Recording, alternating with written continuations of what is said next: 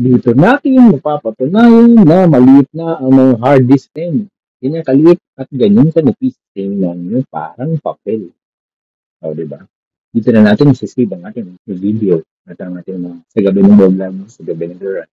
Sa gabi nagro-ride, sa gabi nagbablog. Yeah! Ipapay, pinchapay!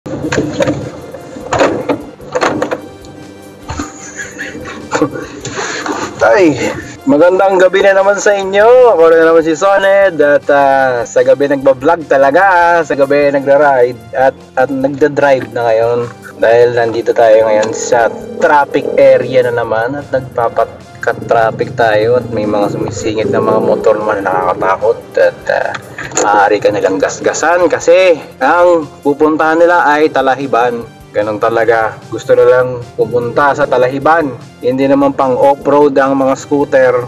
Eto na naman tayo, magra-rant na naman tayo ng kung ano-ano. Hindi ko napakita kung saan anong ginawa niya dun ha. Iya pa pa'y picture pa'y. Ayan, singit-singit. Wala kang pupuntahan dyan, bo. Ayan o. O sige, Talahib ang pupuntahan mo. Isara na natin ang pintuan. Yan, sinasa pintuan. Sinasara natin ang mga pintuan na ganyan dahil kahit konting katiting talaga isisigsik. Butas pa lang, alam mo na kung kasya ka o hindi. O tingnan mo. Saan ka saan ka pumunta? O, kinawawa mo sarili mo. O, di ba? O, tapos maiipit ka. O, di ba? Saan ka pupunta niyan, boy? Wala. Alam ko na yung mga nangyayari sa mga ganyan. Tama mga kaibigan. Okay, mga galawang andahan na naman tayo dito.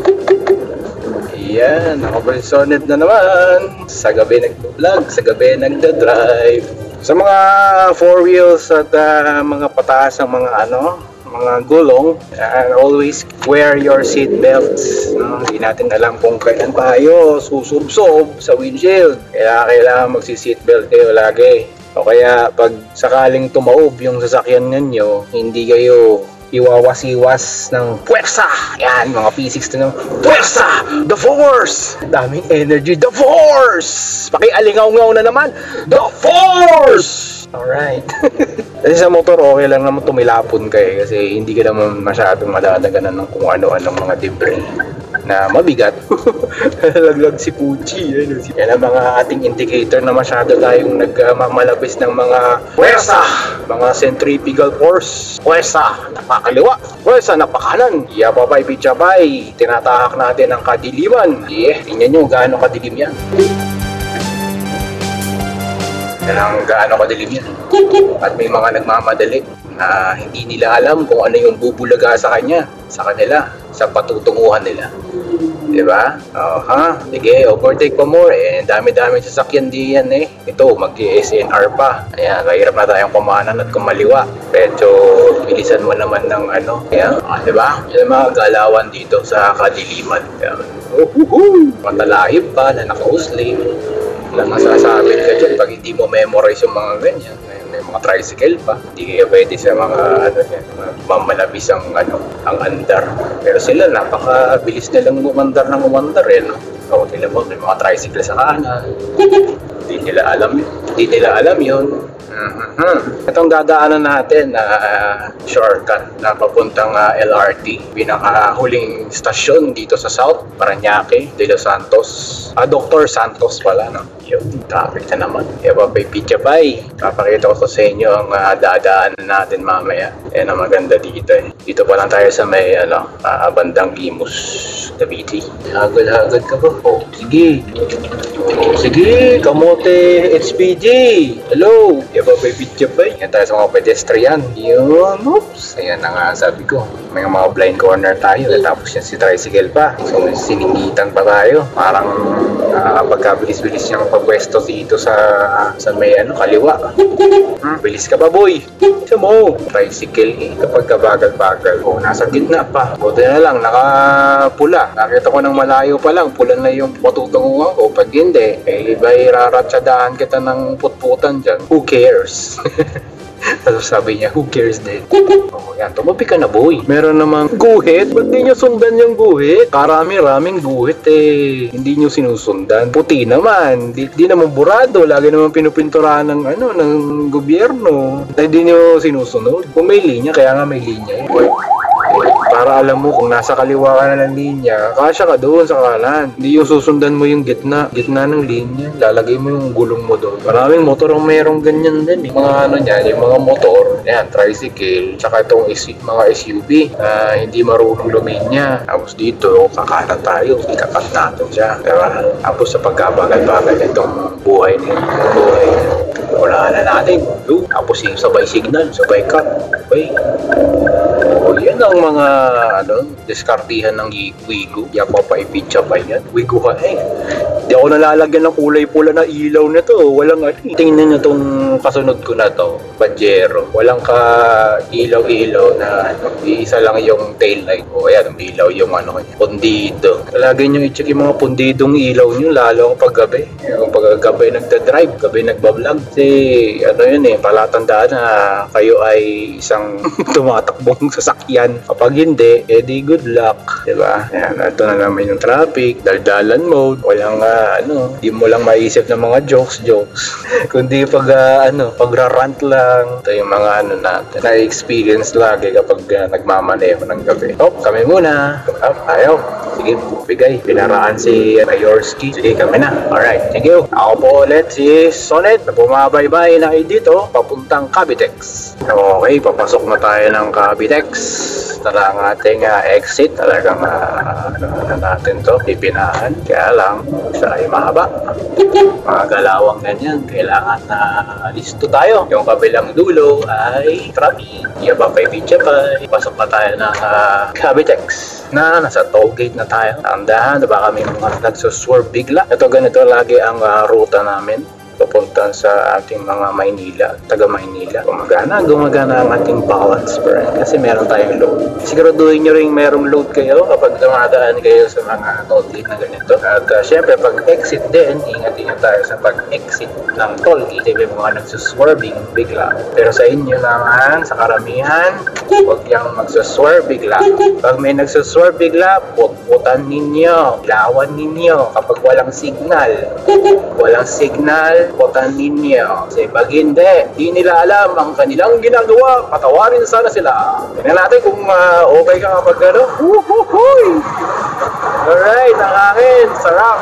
Ito maganda sa sa pag windows down. Nagdadrag Nagdadrag siguro ng hangin Kahit naman siguro sasakyan, nagdadrag ng ganyan. Pero naman yung Pajero na walang ilaw. Tapos nasundan pa natin yung hindi ko matansya kung siya. Kaya siguro doon nyo nakailaw yung mga ilaw niya. Nakailaw yung mga ilaw. Hindi pundido. Ang hirap nito. Bawal to Yung mga naasar din sa kanya. Ay nakahirap itong ganito tayo naka-overtake ng maihip. Kaya lang dun sa may kanan ko may mga sumisili na tayo. Balik lang tayo. Wala na yung puwet. Ilantik ng puwersa. Tatawag tayo.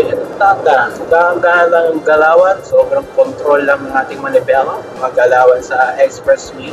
Tsaka always maintain your speed limit sa 100. Kasi na pinaka-maximum dito. 100 lang po. Huwag tayo magmamalabis. Talagang stick to the roads tayo, mga kaibigan. Tsaka keep distance. Yan tayong babanggain sa likod. May mga tangading likuders. Masyadong tutok sa atin sa likod. Kaya kailangan din iwasan din natin yung sudden braking unless it is really required. At may mga hindi na naman nagsisignal ng mga kotse. May mga signal po tayo, di ba? Na ganyan. Ito ang ating pagbabaybay ng Cavitex sa gabi. Vlog sa gabi nagda-drive gamit ang ating munting Wigo na kulay dilaw. Isang taon na dinadrive na natin. Isang taon na nating minamaneho. At masarap yung maneho ito kahit mabilis man. Huwag kang magpipilit ng overtake sa akin, sa kaliwa at sa kanan dahil natin, mga pang Jedi Master. Diyan ka, magalgay, diyan ka. Tuloy-tuloy po ito hanggang makarating tayo ng SM Sukat dahil doon tayo sa isang exit, hindi sa mismong coastal exit. Nahataw na si blue. Tayo sa isang exit, wala lang sa sakyan. Nakakatakot. Malaki lang yung Talagang pagpipilitan mo ang buhay mo, no? Kami kasing kasakyan dyan. Tapos dito na tayo kakanan. Pagkatapos ng bridge na ito, dapat kumakanan na tayo. Stay na lang tayo sa kanan dahil yung kapakanan nito, puntang Parañaque. Actually, hindi pa siya gawa fully. Isang exit pa lang siya. Dapat hanggang doon siya sa Bonifacio ata, di ba? Kasi nakita ko may Burbid, Bash, Taguig, Gate 3 ata yung tatagusan nito. Para hindi ka nabababa. Ganun din naman yung bayad pag lumagpas ka sa isang toll gate na coastal. So, nakikita natin ng konti itong nasa harapan natin. Yun! Yan pa tayo picture pie. Kailangan concentrated ka sa pagmamaneho sa gabi dahil yung mga hook. At syempre, full tayo. Kakanan! Yan. Hindi pansin. Yung mga cones ninyo, medyo maalikabok na. Hindi na makita masyado. Grabe. Ano ba ito? Pakilinis-linis lang. Coastal Road, Cavite. Pakilinis lang. May oras na pwedeng linisin yung mga cones ninyo para kita. Kulay orange talaga. Ngayon, kulay brown. Grabe naman. Ito lang ang exit. Parañaque, whatever ito.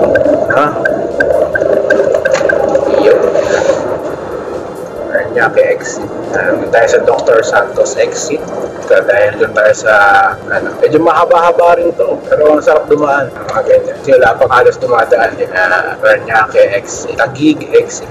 Pasig exit. Wow!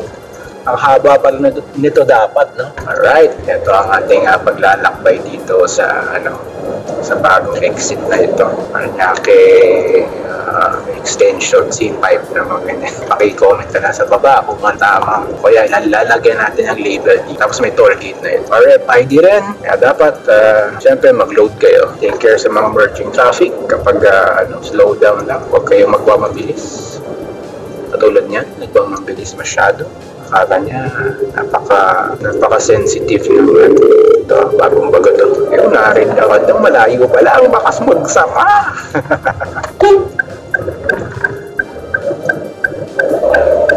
Huwag na natin tularan yung alright! O, diba? Di kayo ba naman banking? Akala ko, bilis-bilis mo. Dito, medyo alanganin dito. Kasi medyo hindi swerving. Dapat ito swerving ito.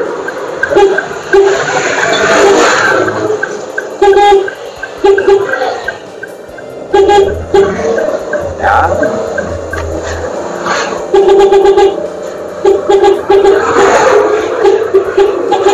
Woohoo! Yeah, yun ang swerving. Yeah. Yo! O, diba? Kayo lahat ay natutulog sa kangkungan. Huwag po ganon. Nakasarado po ang aking aircon kaya maliksi ang aking wigo. Yan ang wigo, maliksi. Nakakatakot kasi minsan nakakaabuso. Nakakaabuso na ito. Yeah, alright. Tapos dito, swerving. Ang signal pa rin tayo. Baka mga sumusulpot ng motor. At e-bike. Nakalaban natin yan. E-bike. Yan, e-bike. Ka na lumabas dyan. Nandyan ka na sa buhay mo eh. Lalabas ka pa dyan. Pagalitan ninyo, ganyan. Pwede namang mukhang warning. Ngayon natin, baka rumes back dito. Arkuhan natin ng malaki. Sumalubok na lang bigla. At nakarating na tayo sa LRT.